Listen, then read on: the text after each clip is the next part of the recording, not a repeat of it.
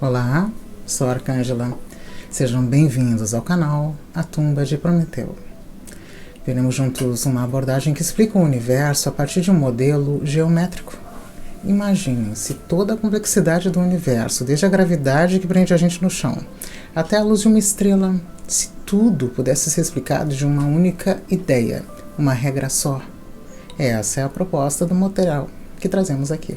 É um modelo conceitual, não é uma teoria fechada ainda, e a premissa é bem inovadora.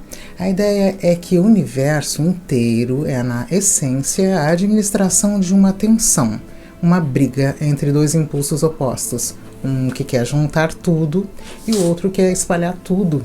Vamos entender como algo tão simples poderia dar origem ao espaço, ao tempo, às partículas e a tudo que a gente conhece. São dois princípios abstratos chamados Yin e Yang, porque Yin Yang carrega essa ideia de opostos que se complementam. Um não existe sem o outro, são inseparáveis. E é dessa oposição que tudo nasce. Vamos desempacotar isso. De um lado temos a entidade Yin, que é o impulso de concentrar, juntar, criar estrutura. Isso é a força que forma átomos, estrelas, galáxias. É a tendência à ordem, à estabilidade, a força de coesão. E do outro lado temos Yang, que seria um impulso de espalhar, de dispersar. É um motor por trás da expansão do universo. É por isso que o calor flui do quente para o frio e não o contrário. É a força que aumenta a entropia, a desordem. O agora, o presente, seria a fronteira entre o Yin e o Yang se encontram. A fronteira entre Yin e Yang negociam. E o tempo seria a contagem dessas negociações. A medida do desalinhamento entre o impulso de juntar e o impulso de espalhar é a grandeza fundamental do modelo. É a tensão dialética. Essa tensão não é criada nem destruída e nunca. Ela só se move de um lugar para o outro.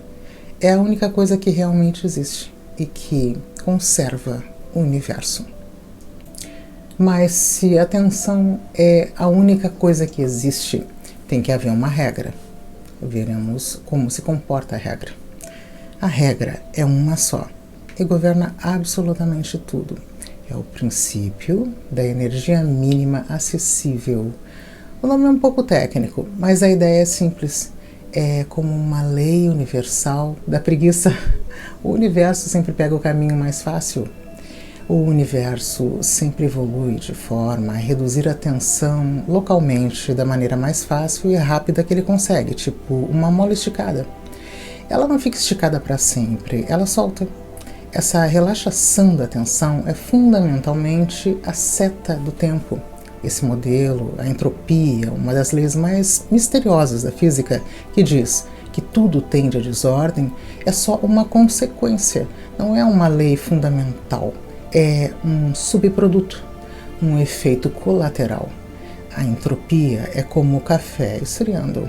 O universo não caminha para um fim específico, mas para estados onde a tensão está cada vez mais espalhada, mais diluída. Tudo é uma negociação entre concentrar e espalhar. E a regra é sempre pegar o caminho mais fácil. O modelo, se você aceita essa premissa da tensão, toda a física que a gente conhece emerge como consequência, não como um monte de regras separadas, começando pelo espaço-tempo. Nesse modelo, nem o espaço e nem o tempo são fundamentais, eles são emergentes. O tempo é simplesmente a ordem dos passos de relaxação. O universo não flui como um rio, ele se atualiza em passos discretos, tipo os frames de um filme. Cada frame é o estado do universo e a passagem do tempo é a sequência desses frames. Cada tique é um pequeno relaxamento da tensão. o tempo é a contagem desses tiques. Então o tempo não flui, ele pula. E o espaço, se ele também não é fundamental, o que ele é? O espaço não é um palco que já estava lá. Ele emerge como tecido onde a tensão se distribui. A distância entre dois pontos não é uma régua, é o custo de transportar tensão entre eles.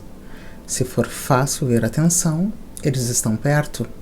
Se for difícil, estão longe. A equação da relatividade geral de Einstein diz de forma bem simples que a geometria do espaço, a curvatura, é ditada pela matéria e energia. Esse modelo, a equação, é reinterpretada. Fica assim: a curvatura do espaço é igual ao conteúdo de tensão. A gravidade deixa de ser uma força misteriosa. Ela é a própria geometria, o relevo que é moldado pela distribuição de tensão. A analogia da bola de gude rolando no tecido curvado. O planeta orbita o Sol, o que está seguindo o caminho mais fácil nesse relevo de tensão. Isso explica a gravidade. Mas e o resto? Partículas, elétrons, prótons e as outras forças tipo eletromagnetismo. De onde elas vêm? As partículas também emergem dessa mesma dinâmica. Elas são descritas como efeitos estáveis, ou a analogia que eu prefiro é nós de tensão. Nós como um nó de uma corda. Imagina um rio fluindo. Em alguns lugares a água corre lisa, mas em outros se formam redemoinhos que ficam lá persistindo. As partículas seriam como esses redemoinhos, locais onde a tensão, para conseguir se espalhar direito, ficou presa, formando uma estrutura estável. E a massa de uma partícula seria a força do redemoinho, a dificuldade de desatar um nó. A massa é a medida da quantidade de tensão armazenada ali. Uma partícula com muita massa é um nó muito apertado. E as forças como eletromagnetismo seriam simplesmente gradientes de tensão. Um elétron repele o outro não por uma força mágica, mas porque o sistema inteiro está tentando minimizar a tensão e afastar os dois. É o caminho mais fácil. É sempre a mesma regra, sempre rolando morro abaixo no relevo da tensão.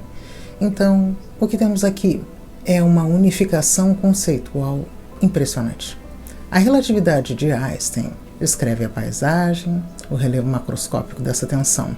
E a mecânica quântica, com seus saltos, probabilidades, descreve as regras de como essa tensão relaxa nesses pequenos tiques, nesses passos discretos. Duas teorias que parecem de mundos diferentes, mas que seriam só duas faces da mesma moeda. O modelo não para no conceito. Ele propõe uma geometria do universo onde tudo isso acontece. É o que o documento chama de modelo geométrico em Young, ou modelo YY. E que geometria é essa? A imagem é a seguinte. Pensa numa bolha de sabão. A película dela é uma superfície 2D, flutuando no espaço 3D.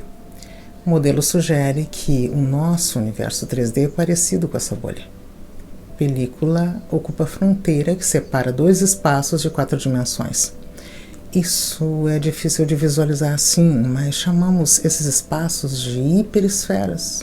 Uma hiperesfera Yin ligada a um raio mínimo, representando a concentração, e uma hiperesfera Yang, com raio máximo, representando a dispersão. A gente vive na casca, na interface entre esses dois mundos. Essa geometria, que parece complexa, na verdade simplifica alguns dos maiores quebra-cabeças da cosmologia. Por exemplo, o problema da planicidade, que é a questão de por que o universo em grandes escalas parece ser tão perfeitamente plano geometricamente, o que é muito improvável. A teoria padrão da inflação cósmica foi criada basicamente para resolver isso. Ela propõe uma expansão super rápida e hipotética lá no comecinho do universo para achatar tudo. E no modelo Y, a resposta é trivial, é geométrica. Nosso universo parece plano pela mesma razão que a superfície da Terra parece plana para a gente quando a gente está de pé nela. Nós somos uma casca muito fina numa hiperesfera de raio imenso.